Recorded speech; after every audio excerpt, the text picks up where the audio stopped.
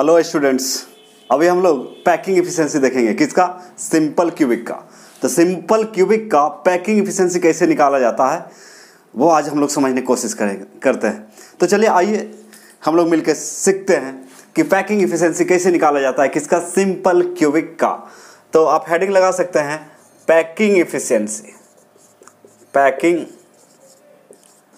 Efficiency, इसको packing fraction भी बोला जाता है। तो पैकिंग एफिशिएंसी किसका?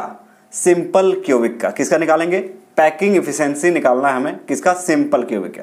तो packing efficiency of simple cubic. अब ध्यान देंगे, इसको हम लोग सिंपल क्यूबिक को प्रिमिटिव भी बोलते हैं। सिंपल क्यूबिक को क्या बोलते हैं हम लोग? प्रिमिटिव।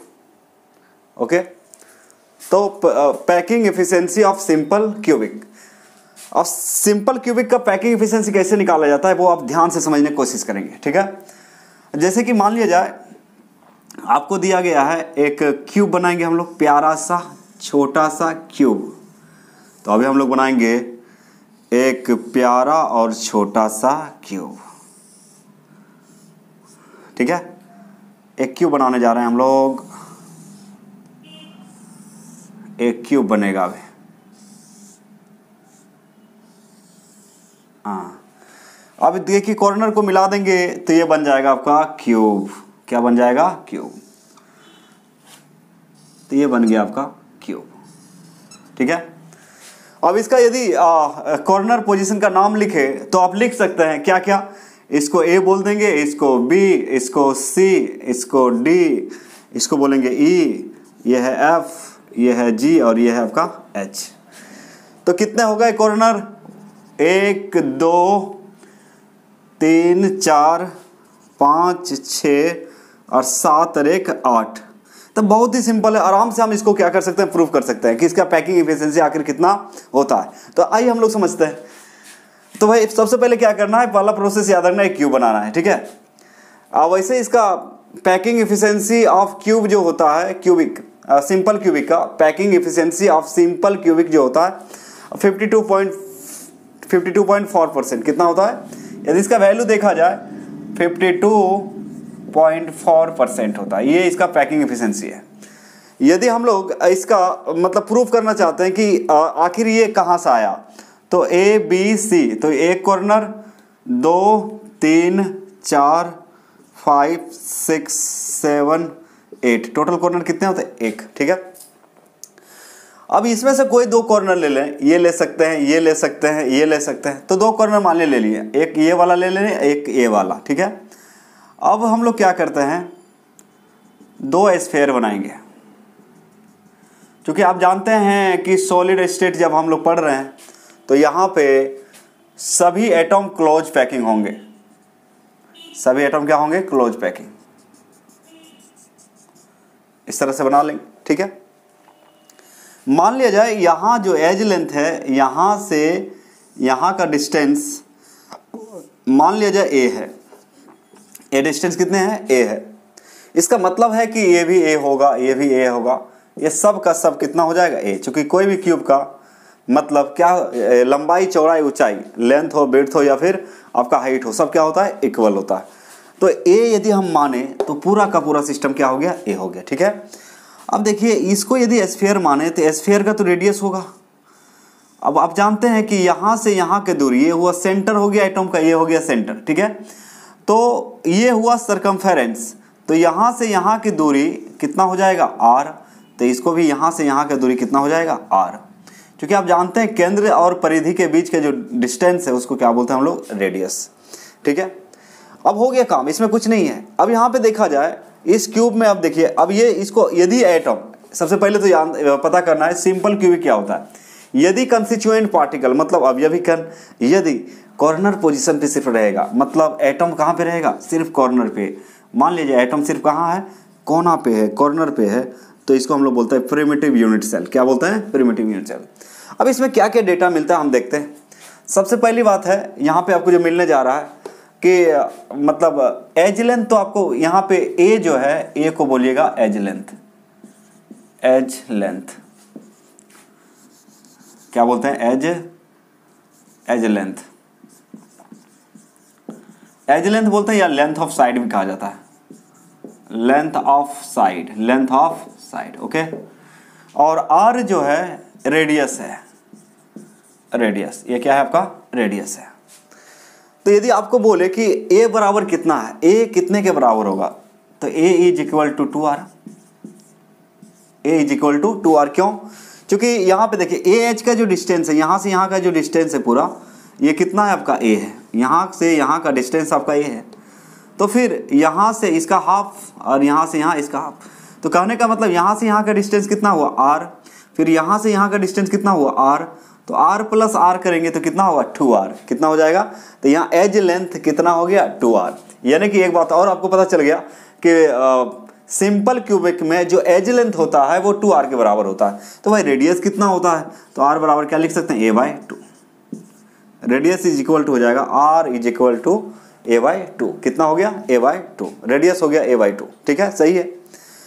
अब देखिए पैकिंग एफिशिएंसी निकालने का मतलब हुआ कि इस जो एस्फीयर है, ये जो एटम है, ये कितना परसेंट जगह को ऑक्युपाई किया है, ये टोटल मतलब यूनिट सेल के वॉल्यूम के।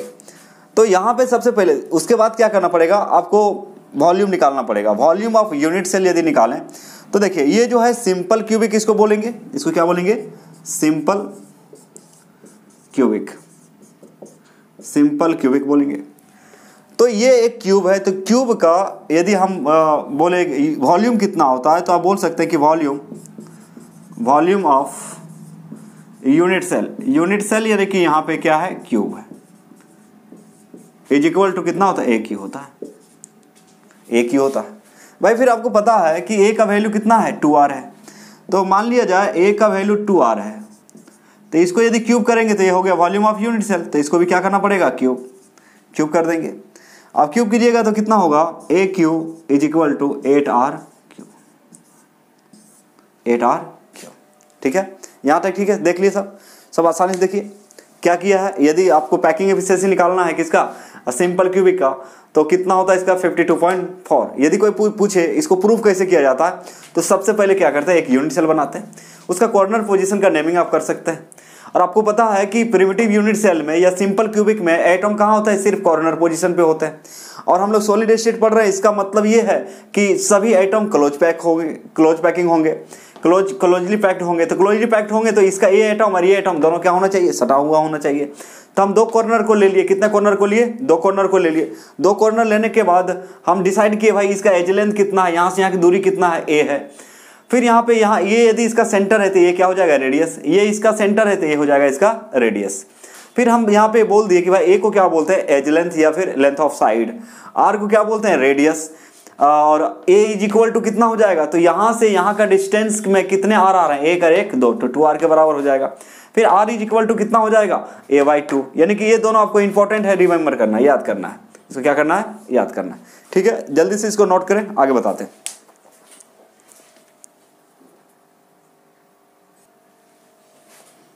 तो देखिए हमारा r का वैल्यू आ गया था। r का वैल्यू कितना आया था, a का वैल्यू कितना आया था, 8r क्यूब। AQ का वैल्यू आ गया था, AQ का यूनिट ऑफ वॉल्यूम, यूनिट क्या बोलते हैं, वॉल्यूम ऑफ यूनिट सेल हमें मिल चुका है, वॉल्यूम ऑफ यूनिट सेल मिल चुका है, ठीक है। तो हमें मिल चुका था कि भाई AQ इज इक्वल टू था आपका 8r क्यूब, यहाँ तक आ चुका था। हमें चाहिए वॉल्यूम ऑफ एस्फेयर। यहाँ एस्फेयर का मतलब यहाँ पे एटम बोल सकते हैं, क्या बोल सकते हैं, एटम। तो वॉल्यूम ऑफ एटम कितना होता है, 4/3πr क्यूब, क्योंकि एटम कैसा होता है, एस्फेरिकल होता है। तो भाई ये है वॉल्यूम ऑफ यूनिट सेल। ये क्या है आपका, ये है वॉल्यूम ऑफ यूनिट सेल, यानी क्यूब है। तो हमें चाहिए पैकिंग एफिशिएंसी। क्या चाहिए, पैकिंग एफिशिएंसी। तो पैकिंग एफिशिएंसी का जो फॉर्मूला होता है, पैकिंग एफिशिएंसी। अब देखिए यहाँ पे जो आपको पता होना चाहिए कि जो यूनिट सेल होते हैं, यानी कि सिंपल क्यूबिक होते हैं या प्रिमिटिव यूनिट सेल होता है, उसमें एक ही एटम होता है, ठीक है। तो packing efficiency is equal to हो जाएगा वॉल्यूम ऑफ एस्फेयर होता है, वॉल्यूम ऑफ एस्फेयर, याद रखेंगे, वॉल्यूम ऑफ एस्फेयर और upon volume of unit cell, into कितना, 100, है ना इंटरेस्टिंग। तो ये फॉर्मूला याद रखना, यदि कोई पूछे पैकिंग इफिशिएंसी बराबर कितना होता है, तो volume of sphere upon volume of unit cell, ठीक है। अब वैल्यू, अभी पैकिंग इफिशिएंसी को शॉर्ट में यदि बोलेंगे तो पी बोल सकते हैं। तो पी बराबर कितना हो जाएगा, वॉल्यूम ऑफ स्फीयर कितना आया 4/3 pi R cube upon A cube, volume of unit cell A cube है, ए क्यू का वैल्यू कितना है जी, ए क्यू का वैल्यू है 8r क्यू, इंटू कितना हो जाएगा 100, कितना हो जाएगा 100, ठीक है। ये फॉर्मूला से आर क्यू से आर क्यू कैंसिल हो जाएगा, ठीक है। फिर देखिए यहाँ पे 4 का 4, 4 दूना 8, इसको देखा जाए तो कितना आ जाएगा, तो 5 इंटू 100 अपॉन 2 इंटू 3, देखिए 3 नीचे आ जाएगा, 2 पहले से, 2 इंटू 3 और क्या चीज़ परसेंट।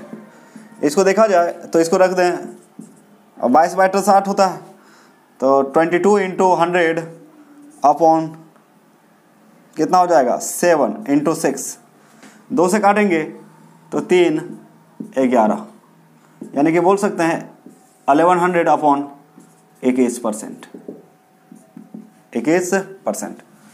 अब इसको यदि हम सॉल्व करें तो इसको यदि हम सॉल्व करें तो सॉल्व करने के बाद कितना आ जाएगा, तो यदि P निकालें फाइनली इसको कैलकुलेट करेंगे तो 52.38 आता है, 52.38 आएगा, कितना आएगा वैल्यू 52.38, लेकिन उसको हम लोग यहाँ पे मान लेते हैं 52.4 माना जाएगा, कितना माना जाएगा लगभग अप्रॉक्सीमेट।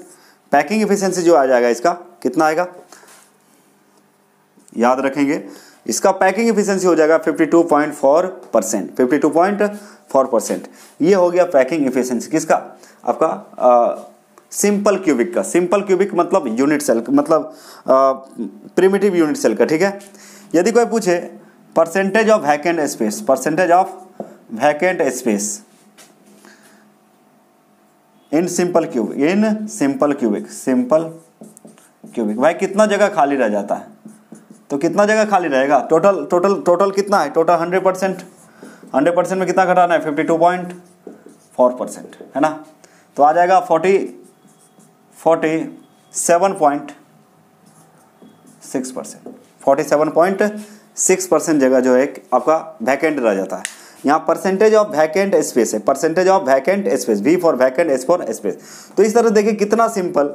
अब यहाँ पे 2 वैल्यू याद रखना है, यहाँ पे याद क्या क्या रखना है, यदि कोई पूछेगा रेडियस, सिंपल क्यूबिक है, सिंपल क्यूबिक है ना, सिंपल क्यूबिक है, तो इसका R बराबर कितना होता है A/2, ये याद रखना है। A इज इक्वल टू कितना होता है, A is equal to 2R होता है। पैकिंग इफिशिएंसी कितना होता है 52.4%। परसेंटेज ऑफ वैकेंट स्पेस कितना होता है 47.6%। ये डेटा आपको क्या करना है, याद रखना है ना। ये ऑब्जेक्टिव पूछे, ये 2 नंबर जो भी है आपका क्या हो जाएगा, बन जाएगा। तो इस तरह से हम लोग क्या निकालते हैं, पैकिंग इफिशिएंसी का क्या होता है, कैलकुलेशन होता है। तो आज हम लोग देखिए पैकिंग इफिशिएंसी ऑफ मतलब क्या चीज़, सिंपल क्यूबिक कैसे फाइंड आउट किया जाता है, ठीक है। यदि वीडियो अच्छा लगा तो आप इसको आगे शेयर कर सकते हैं, कोई दिक्कत नहीं है, ठीक है। तो नेक्स्ट लेक्चर में कुछ अच्छी चीज़ लेके आएंगे, है ना। तो आज के लेक्चर यही समाप्त करते हैं, मिलते हैं नेक्स्ट लेक्चर में। Thank you very much.